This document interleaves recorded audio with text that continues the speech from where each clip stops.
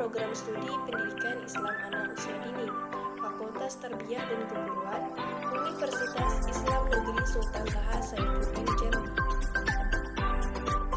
Di sini saya akan melaksanakan tugas akhir semester dengan mata kuliah Anak Berkebutuhan Khusus yang diaku langsung oleh dosen pengampu Bapak Ridwan SPC Psikolog. Kali ini saya akan membahas tentang faktor-faktor dari anak berkebutuhan khusus.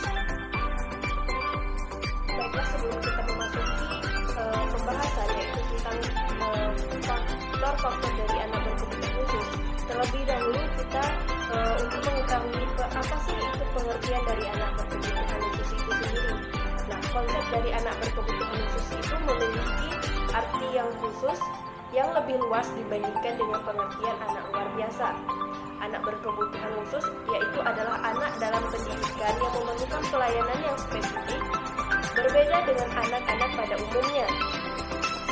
Anak dikatakan berkebutuhan khusus jika ada sesuatu yang kurang atau bahkan lebih dalam dirinya.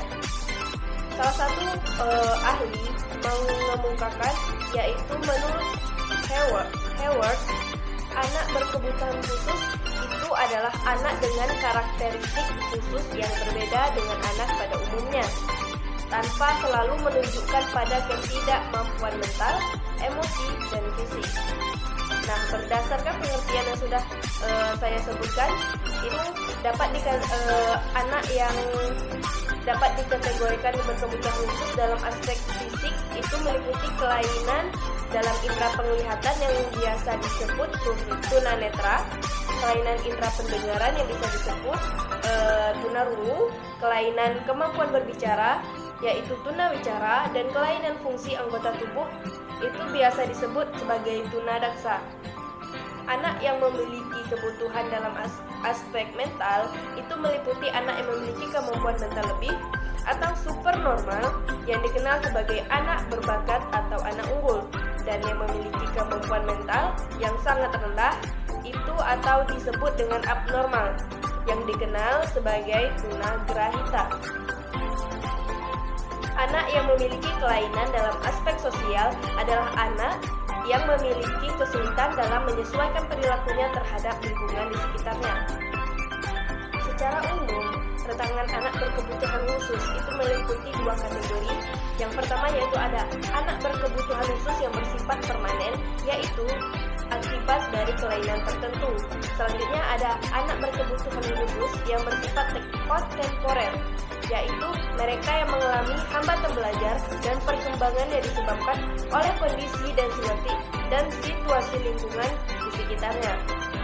Misalnya, anak yang mengalami kesulitan dalam menyesuaikan diri akibat dari kerusuhan dan bencana alam, atau tidak bisa membaca karena kekeliruan guru mengajar, anak yang mengalami kewibahasaan atau perbedaan bahasa di rumah dan di sekolah, anak yang mengalami hambatan belajar dan perkembangan karena isolasi budaya dan arena kemiskinan dan lain-lain sebagainya.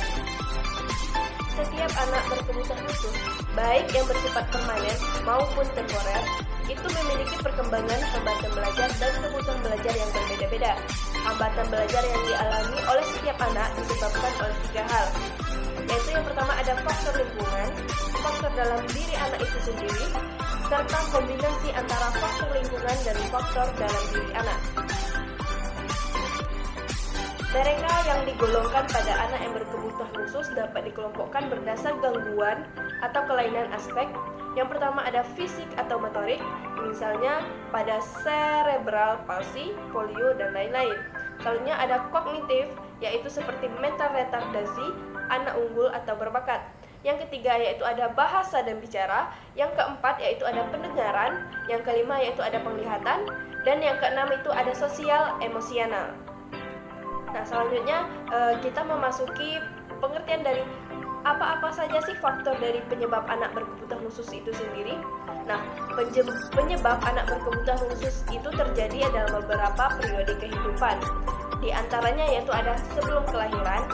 Nah, sebelum kelahiran ini Penyebab yang biasa terjadi dalam proses kelahiran dalam hal ini berarti ketika anak masih di dalam kandungan sang ibu. Terkadang yang tidak disadari oleh sang ibu itu sendiri. Faktor-faktornya antara lain yaitu seperti gangguan genetika, misalnya kelainan kromosom atau transformasi, infeksi kehamilan, usia ibu hamil, keracunan saat hamil, lahir prematur. Nah, yang kedua yaitu ada selama proses kelahiran. Setiap ibu berharap mengalami proses melahirkan yang normal dan lancar tentunya. Ada beberapa proses kelahiran yang dapat menyebabkan anak menjadi berkebutuhan khusus, yaitu diantaranya yang pertama yaitu ada proses kelahiran lama atau anoksia, ada prematur, kekurangan oksigen. Yang kedua yaitu ada kelahiran dengan alat bantu. Yang ketiga yaitu ada kehamilan yang terlalu lama, melebihi dari 40 minggu. Yang ketiga yaitu ada setelah kelahiran. Setelah proses kelahiran pun tidak otomatis bayi akan aman dari kelainan yang mengakibatkan nanti anak akan menjadi berkebutuhan khusus. Ada beberapa hal pula yang menyebabkan anak berkebutuhan khusus.